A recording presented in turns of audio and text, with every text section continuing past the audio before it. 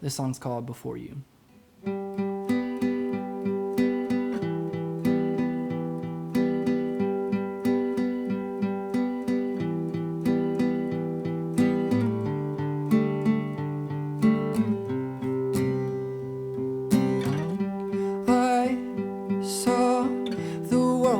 Down around me, truth carved itself out of stone.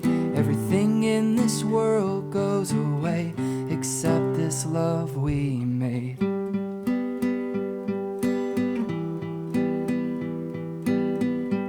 I feel I don't quite understand it. I think that's okay. I'm just glad you stay. I couldn't breathe before I met you. I don't know what I would do. Couldn't see before I saw you. You were the light shining through. I thought that just a construct. Then God constructed you. Who was I before I met you? I don't know what I would do before you.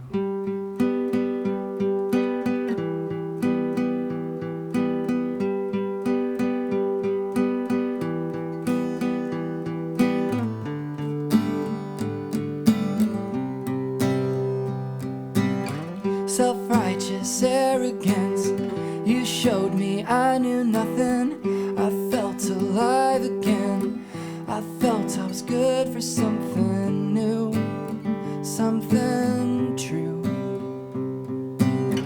This world's a broken place, slim chance we'll ever fix it. But I'll carve a path for you to make your own existence. Just wanna visit. I couldn't breathe before I met you. I don't know what I would do. Couldn't see before I saw you. You were the light shining through. I thought that just a construct. Then God constructed you. Who was I before I met you? I don't know what I would do before you.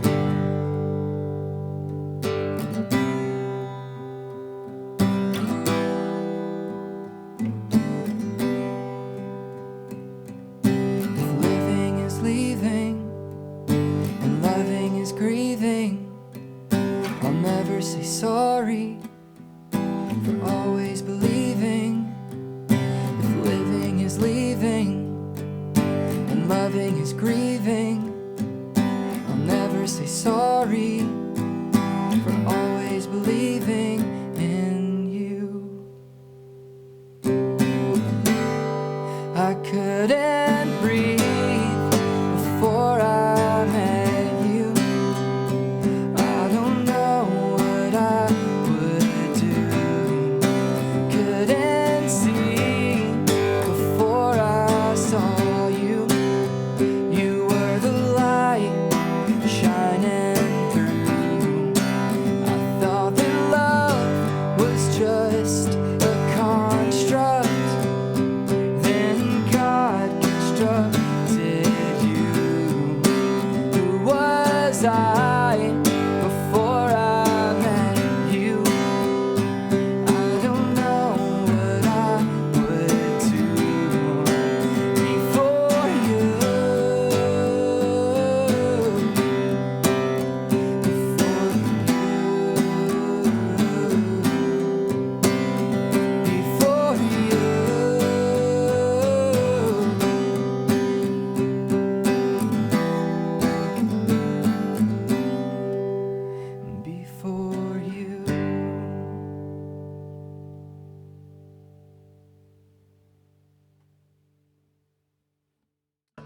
All right.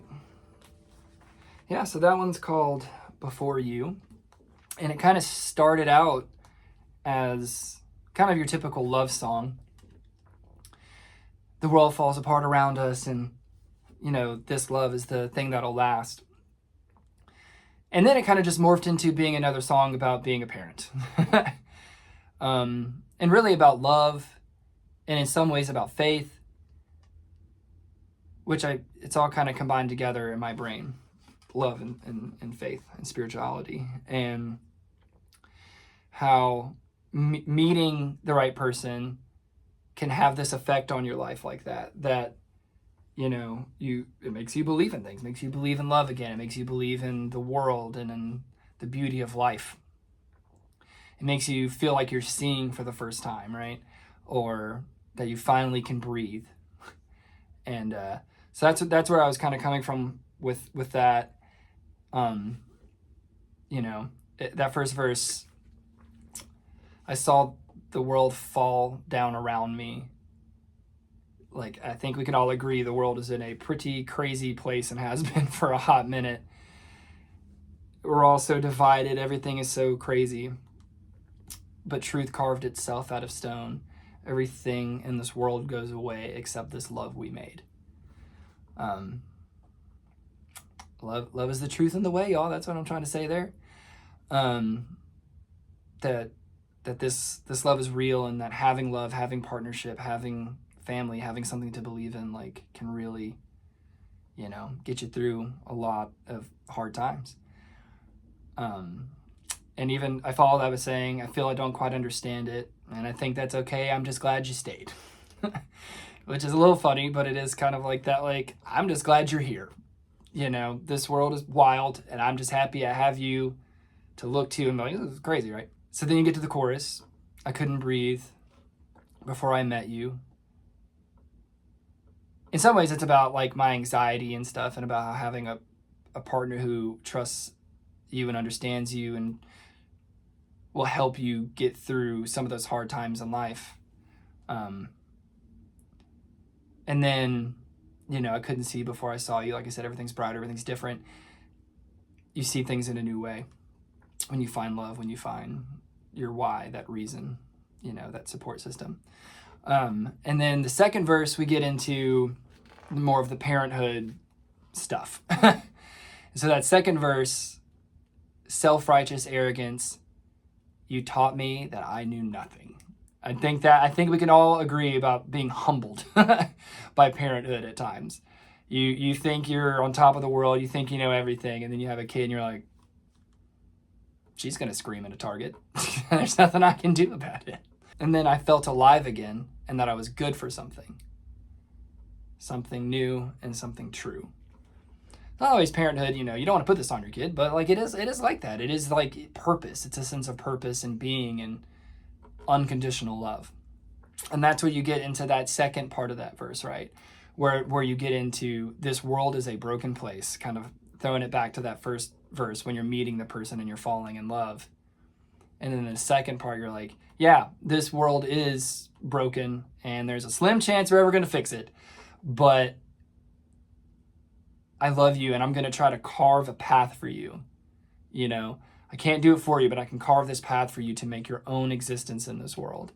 And the only thing that I ask as your dad is to let me visit every now and then.